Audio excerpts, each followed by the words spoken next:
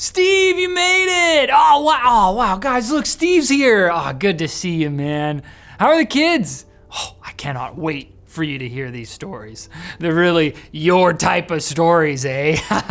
You sick son of a... Nintendo is trying very hard to not give away the release date for their Switch successor, and they aren't exactly succeeding. Probably for the best, since everyone's favorite third best-selling console in history isn't selling so well anymore. Back in May, Nintendo had announced that sales were down 22% compared to the previous fiscal year, which is 20% more than the amount of fat in the objectively superior form of milk. I prefer half and half. Damn. Despite this falling interest, President Shuntaro Furukawa wanted to assure Switch owners that Nintendo is still committed to the 7-year-old console by basically confirming the release timeline for its younger brother, destined to usurp its kingdom. And the tears thereof. In an interview with Japanese outlet Nikkei, Furukawa said the company will maximize the demand for Switch hardware in the fiscal year ending in March 2024, but that they are still working on software for the Switch for the fiscal year after. Since there is usually software support for the previous gen after the release of a new console, and Furukawa doesn't make mention of any hardware focus for 2025, it sounds a lot like the 2 Switch 2 Furious will be coming out in the second half of next year. Maybe Furukawa should take lessons from Nintendo of America president Doug Bowser's school of snitches get stitches. Lesson 1, never speak without a lawyer present. He's been to Koopa Claims Court too many times. Now former CEO Jim Ryan's departure from PlayStation has many gamers Jim Sion in relief for a number of reasons. For one, Ryan had a deathly serious case of whole foot and mouth disease, famously saying that backwards compatibility didn't matter because it's not actually used much, and that PS1 and PS2 games looked ancient.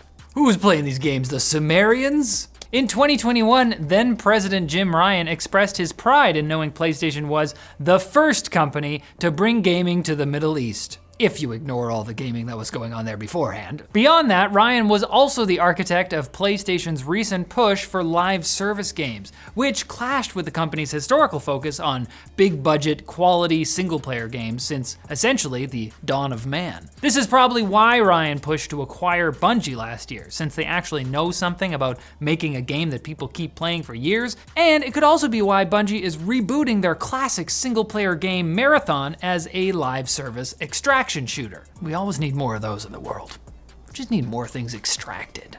Speaking of PlayStation game studios, Naughty Dog is reportedly cutting contracts short for at least 25 workers, with most layoffs coming from the quality assurance department. Could be financial, or maybe they assured the quality too quickly? We don't know.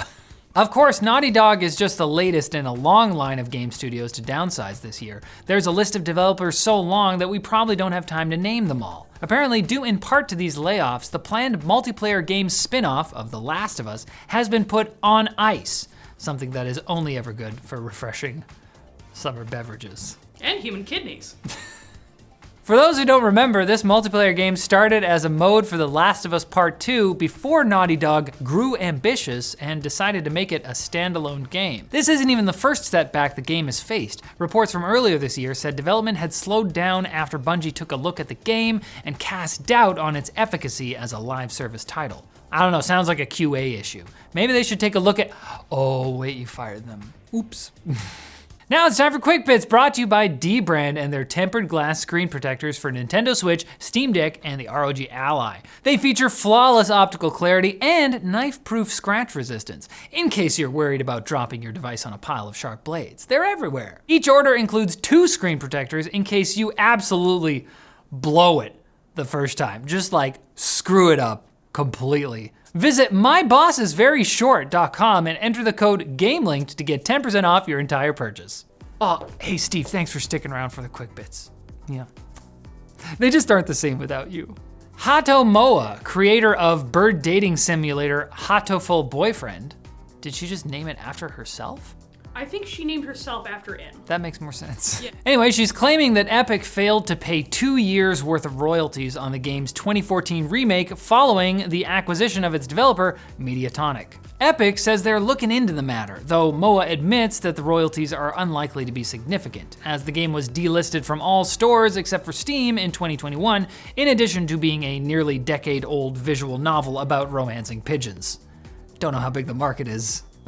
Moa further expressed sympathy for Mediatonic, who have been hit hard by recent layoffs, even though they also developed the wildly successful Fall Guys, which contains little to no bird kissing.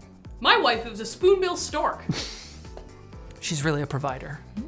The Overwatch League's new and probably final champions are the Florida Mayhem, who sent the Houston Outlaws packing in a 4-0 victory and proved crime doesn't pay. I'm sorry.